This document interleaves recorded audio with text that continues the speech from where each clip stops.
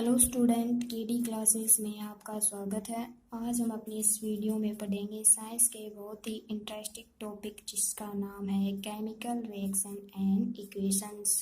हिंदी में कहे तो रासायनिक अभिक्रियाएं और समीकरण। ये 10th क्लास का टॉपिक है, चैप्टर नंबर 1 है। ये 10th क्लास के अलावा आगे आने वाली क्लासेस के लिए भी काफ़ी इम्पोर्टेंट टॉपिक है जो काफ़ी हेल्प करने वाला है आगे आने वाली क्लासों में। तो इस चैप्टर में हम देखते हैं कि रासायनिक अभिक्रिया होती क्या है, क्या प्रोसेस होती है इनकी, या किस किस तरीके से ये होती है। तो इस रासायनिक अभिक्रिया को अपने बिल्कुल जीरो लेवल से लेकर चलते हैं, यानी कि बिल्कुल सामान्य बातों से लेकर इसकी पूरी जानकारी इस वीडियो में हम प्राप्त करेंगे।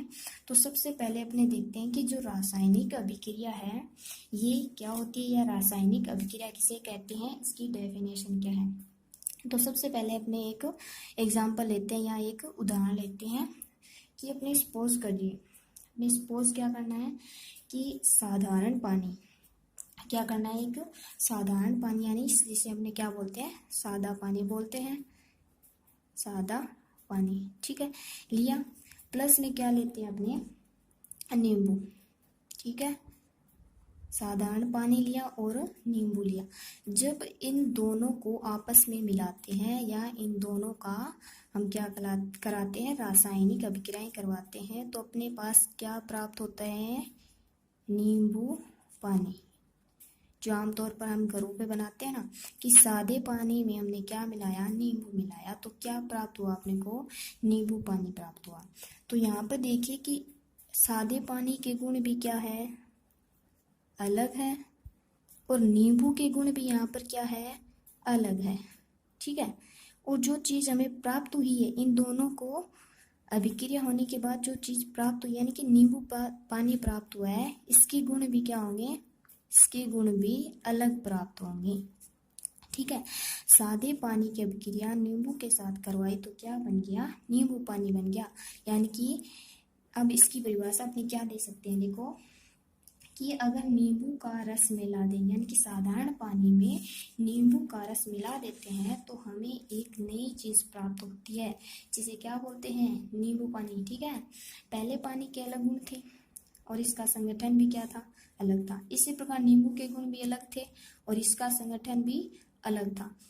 जब इन दोनों चीज़ों को हमने मिलाया, क्या किया, जब इन दोनों चीज़ों को हमने आपस में मिलाया तो हमें एक नया पदार्थ प्राप्त हुआ, एक नया पदार्थ नींबू पानी प्राप्त हुआ जिसका रासायनिक संगठन और गुण क्या थे, दोनों अलग अलग थे। इसी आधार पर इसकी परिभाषा क्या देंगे, अपने रासायनिक समीकरण की परिभाषा क्या देंगे कि ऐसे प्रक्रम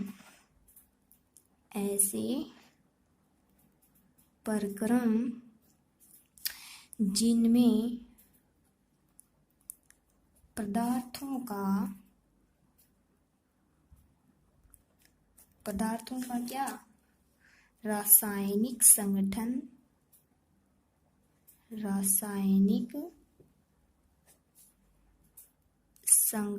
और क्या, रासायनिक संगठन और क्या, गुण, रासायनिक संगठन तथा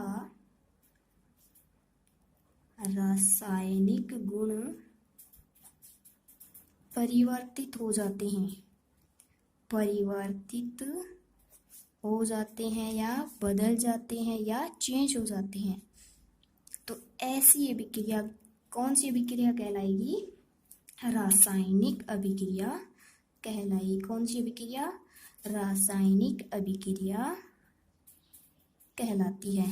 क्या, दोबारा देखिए डेफिनेशन कि ऐसा प्रक्रम, क्या, ऐसा प्रक्रम जिसमें पदार्थों का रासायनिक संगठन तथा रासायनिक गुण बदल जाते हैं या परिवर्तित हो जाते हैं, तो ऐसी अभिक्रिया रासायनिक अभिक्रिया कहलाती है। जैसे हमने देखा था कि पानी के गुण अलग थे, नींबू के गुण अलग थे, उससे जो चीज़ बनी उसके गुण भी क्या हो गए, अलग, यानी कि परिवर्तित हुए ना। तो इससे परिभाषा क्या होगी कि ऐसे गुण जिसमें पदार्थों का रासायनिक संगठन और रासायनिक गुण परिवर्तित हो जाते हैं या बदल जाते हैं, रासायनिक अभिक्रिया कहलाती है। अब देखो अपने एग्जाम्पल, एक छोटा सा एग्जाम्पल और लेते हैं कि ए नाम की कोई चीज़ है या कोई वस्तु या कोई चीज़ पदार्थ मान लो अपने, ठीक है, प्लस में बी नाम भी कोई चीज़ है, तो ये दोनों मिलकर क्या बना रही है, ए प्लस बी एक पदार्थ बना रही है। क्या बना रही है, ए और बी मिलकर ए प्लस बी एक पदार्थ बना रही है। इसमें हम देखते हैं कि ए के गुण क्या होंगे, अलग होंगे, बी के गुण भी क्या होंगे, अलग होंगे, तथा इन दोनों के बनने से, इन दोनों के बनने या मिलने से, अभिक्रिया करने से क्या बन गया, ए बी एक नया पदार्थ बन गया, जिसमें क्या होंगे, नए गुण शामिल होंगे या नए गुणों वाला पदार्थ बन जाएगा। अर्थात इसमें क्या कौन सी अभिक्रिया हो जाएगी, रासायनिक अभिक्रिया। ए के गुण अलग थे, बी के गुण अलग थे और नया पदार्थ बना, इसके गुण भी अलग हैं। तो इससे परिभाषा सिद्ध हो रही है कि ऐसे प्रक्रम जिसमें पदार्थों का रासायनिक संगठन तथा रासायनिक गुण परिवर्तित हो जाते हैं, ऐसी अभिक्रिया रासायनिक अभिक्रिया कहलाती है। ठीक है, अब इसके बाद आते हैं अपने परिवर्तन। क्या होते हैं, परिवर्तन। परिवर्तन भी अपने पास है, दो प्रकार के हैं। एक होता है नंबर फर्स्ट रासायनिक परिवर्तन। कौन सा, रासायनिक परिवर्तन। और नंबर दो है भौतिक परिवर्तन। एक अपने पास है रासायनिक परिवर्तन और दूसरा है अपने पास भौतिक परिवर्तन। इसमें देखो, सबसे पहले देखते हैं रासायनिक परिवर्तन। तो रासायनिक परिवर्तन किसे कहेंगे कि रासायनिक अभिक्रिया में, ये क्या, रासायनिक परिवर्तन, देखो कि रासायनिक परिवर्तन किसे कहेंगे, इसकी देखो डेफिनेशन क्या होगी, ध्यान से, कि रासायनिक अभिक्रिया में, रासायनिक अभिक्रिया में होने वाला या में क्या कहेंगे कि रासायनिक अभिक्रिया में होने वाला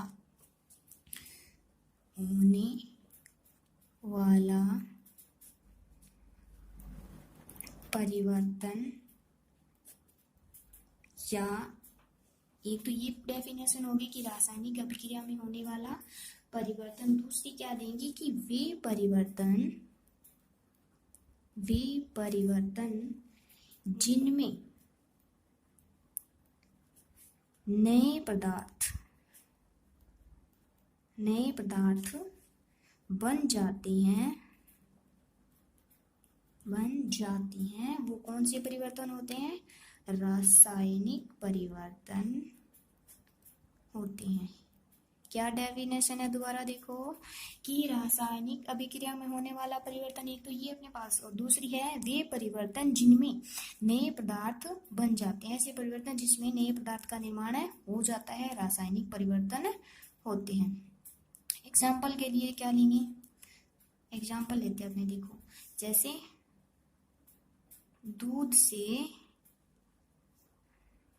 दही बनना, इसमें नए पदार्थ का निर्माण हो रहा है कि नहीं, दूध से दही बनने में नए पदार्थ का निर्माण हो रहा है। कैसे, देखो कि दूध से हम दूध बना सकते हैं क्या, ऐसा होता है क्या, दूध से क्या बन गया, दूध, ऐसा होता है, ये नहीं होता। क्या बनता है, दूध से दही का बनना, यानी कि दूध एक पदार्थ है और उससे नए पदार्थ का निर्माण हो गया, वो क्या है, दही, यानी कि इसमें किसका निर्माण हो रहा है, नए पदार्थ का। तो ये कौन सा परिवर्तन हो गया, रासायनिक परिवर्तन।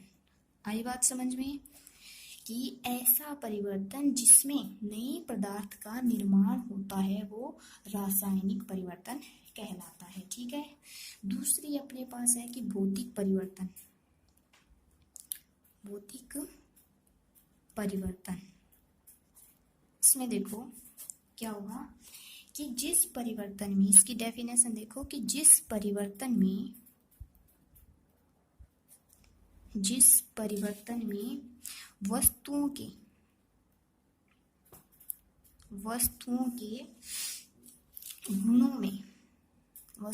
गुणों में अल्प यानी कि बहुत थोड़े, अल्प कम समय, थोड़े समय के लिए क्या होता है, के लिए परिवर्तन होता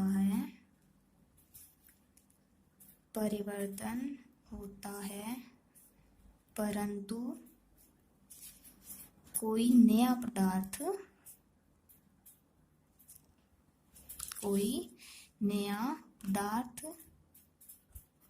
नहीं बनता। क्या कि जिस परिवर्तन में वस्तुओं के गुणों में अलग समय के लिए परिवर्तन होता है परंतु कोई नया पदार्थ नहीं बनता, वो कौन सा? भौतिक परिवर्तन। यानी अगर जिसमें नए पदार्थ का निर्माण होता है वो कौन सा हो गया? रासायनिक परिवर्तन। ठीक है, अब इसका उदाहरण क्या लेंगे अपने? इसका उदाहरण लेते हैं जल की अवस्था। इसका एग्जाम्पल लेते हैं जल की अवस्था। ठीक है, इसका जल की अवस्था यानी कि अब देखो 3 जगह अपने जल ले लिया। ठीक है, 3 जगह अपने क्या ले रहे हैं? जल ले रहे हैं।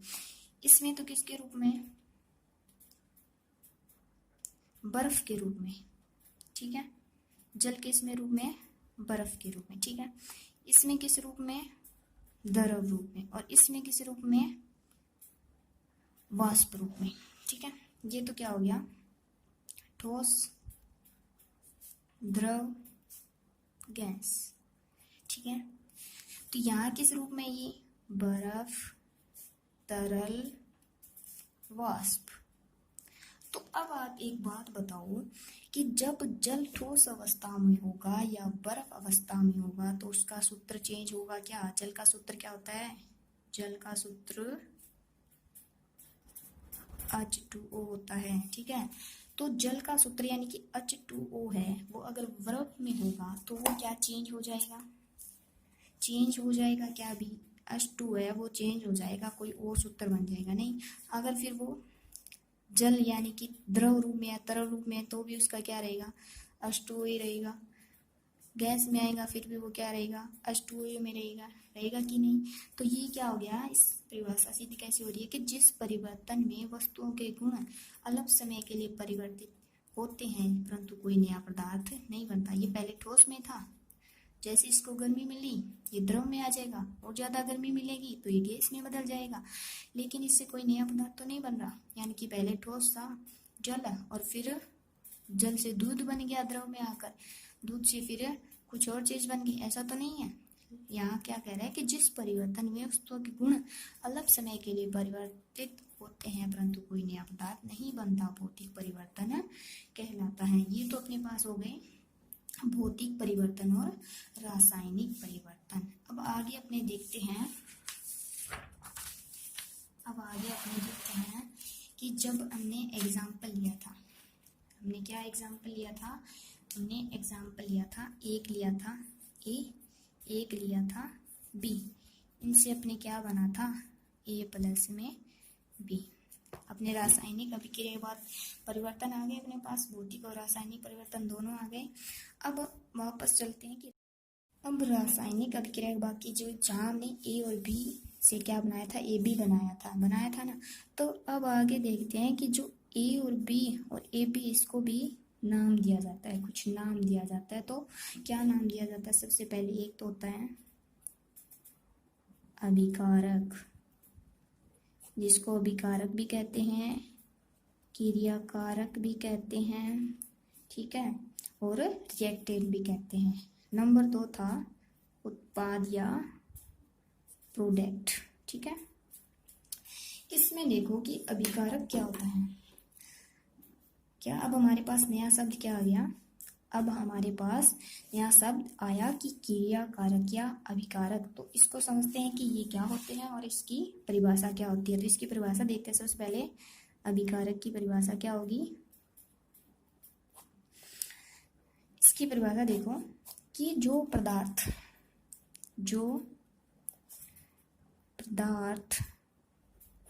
रासायनिक अभिक्रिया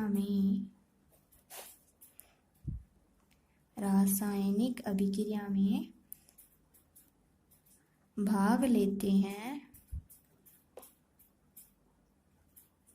रासायनिक अभिक्रिया में भाग लेते हैं या पार्टिसिपेट करते हैं, भाग लेते हैं या पार्टिसिपेट करते हैं, तो वो क्या कहलाएंगे? अभिकारक। क्या कहलाएंगे? अभिकारक। डेफिनेशन क्या हो गई कि जो पदार्थ रासायनिक अभिक्रिया में भाग लेते हैं अभिकारक कहलाते हैं। एग्जाम्पल लिया था ऊपर, याद है ना अपने को कि A+B क्या बनाया था? +B बनाया था। तो ये दोनों यहाँ पर क्या हो गए? अभिकारक। ये क्या कर रहे हैं? क्रिया में भाग ले रहे हैं। दूसरा नाम क्रियाकारक। ये हो गया अभिकारक से क्या हो रहा है? अभिक्रिया में भाग लेने वाला। क्रियाकारक से क्या हो जाएगा? क्रिया करने वाला। यानी जब पहले ये जो रासायनिक अभिक्रिया इसमें कौन कौन क्रिया करें? A और B करके ये भी बना रहे, तो ये क्या हो गए? अभिकारक हो गए। ठीक है। उसके बाद 2 नंबर पे अपने क्या आता है? उत्पाद। क्या आ गया? उत्पाद। इसकी डेफिनेशन क्या होगी? इसकी डेफिनेशन अपने पढ़ते हैं उत्पाद की, तो क्या कि इसमें तो अभिकारक में तो जो भाग ले रहे हैं, और इसमें क्या आ जाएगा कि ऐसे पदार्थ जो रासायनिक अभिक्रिया के पूरा होने पर, रासायनिक अभिक्रिया के पूरा होने पर प्राप्त होता है, वो क्या कहलाएंगे? वो उत्पाद कहलाते हैं। ये जो रासायनिक अभिक्रिया है, यहाँ पे हमने क्या लिया था? A+, ये एग्जाम्पल लिया था। इसमें देखते हैं कि जब A+B से A+B यानी कि A जब B से अभिक्रिया होगी तथा क्या बनेगा? AB बनेगा। तो यहाँ AB क्या है? ये क्या है हमारे पास? उत्पाद। यानी कि किसी क्रिया से जो चीज या जो पदार्थ बनता है वही हमारा क्या है? उत्पाद है। इसको हमने नॉर्मल तरीके से समझने के लिए क्या करते हैं कि नॉर्मल तरीके से समझे तो क्या कि कोई किसान है, ठीक है, वो अपने खेत में क्या उगाता है? फसल उगाता है। ठीक है। तो उसमें क्या देता है? वो खाद देता है, पानी देता है। ठीक है। खाद, पानी और भी बहुत चीज़ें देता है। जब फसल पक कर तैयार हो जाती है, पक कर तैयार हो जाएगी, ठीक है, तो उसको क्या करता है? वो काटता है। काटने के बाद उसे क्या प्राप्त होती है? क्या? अनाज या कनक। क्या प्राप्त होता है? अनाज प्राप्त होता है। अब जो अनाज प्राप्त हुआ है ये तो क्या हो गए? उत्पाद। अपने नहीं बोलते नॉर्मली, अपने पूछते हैं ना कि कितना उत्पादन हुआ, पूछते हैं ना, तो वो उत्पादन यानी कि उत्पाद कितना क्या प्राप्त हुआ है, कितना हुआ है। ठीक है। तो खाद और पानी यहाँ पे क्या हो गए? अभिकारक और क्रियाकारक हो गए। और जो चीज़ हमें प्राप्त हुई है, इतनी मेहनत करने के बाद जो चीज़ प्राप्त हुई है वो क्या होगी? उत्पाद हो गई। वैसे ही A और B ने मिलकर क्या बनाया? AB एक उत्पाद बनाया है और ये अभिकारक है। तो इसमें कौन सी हो रही है? रासायनिक अभिक्रिया हो रही है। ठीक है। इसके बाद देखते हैं कि रासायनिक अभिक्रिया एग्जाम्पल लेते हैं। क्या एग्जाम्पल लेते हैं कि जड़न प्लस में H2SO4। ठीक है। जड़न प्लस H2SO4। ठीक है। ये क्या है? जिंक है। प्लस में आगे क्या है? सल्फ्यूरिक। H2SO4 क्या है? सल्फ्यूरिक अम्ल है। ठीक है। ये क्या बना लेते हैं? ZnSO4 बना लिया। प्लस में क्या निकली है? ZnSO4 बनने के बाद H2 गैस बाहर निकली है। तो इसमें देखो, ये तो हो गया जिंक सल्फेट, H2 गैस बाहर निकल गई। ठीक है। जिंक प्लस में H2SO4, यहाँ पर क्या होगा? क्या होगा स्टूडेंट बताओ? ये यहाँ पे क्या हो गए? अभिकारक। क्या हो गए? अभिकारक। और ये रासायनिक अभिक्रिया होने के बाद क्या बन रहा है? ZnSO4 H2। तो ये दोनों क्या हो गए अपने पास? उत्पाद। ठीक है। ये दोनों अपने पास क्या हो गए? उत्पाद हो गए। तो ये एक छोटा सा उदाहरण था। अब इसके आगे जो नेक्स्ट टॉपिक है उसको अपने नेक्स्ट वीडियो में पढ़ेंगे कि रासायनिक अभिक्रियाएं, गुण कौन कौन से हैं इनके, कितने प्रकार की रासायनिक अभिक्रियाएं होती है, ठीक है, वो पढ़ेंगे अपनी नेक्स्ट वीडियो में। तब तक के लिए आप ये अपने उदाहरण ले लिया, ठीक है। अब इसके आगे की जो प्रोसेस है वो अपने नेक्स्ट वीडियो में पढ़ेंगे, ठीक है। और आप हमारे चैनल के डी क्लासेस को सब्सक्राइब कीजिए तथा लाइक शेयर कमेंट करके बताइए कि हमारी ये वीडियो कैसी लगी, मेरा पढ़ाया हुआ आपको कैसा लगा। और आगे आने वाले वीडियो को तुरंत पाने के लिए हमारे चैनल को सब्सक्राइब कीजिए और बेल आइकन को ज़रूर प्रेस कीजिए। थैंक यू, धन्यवाद।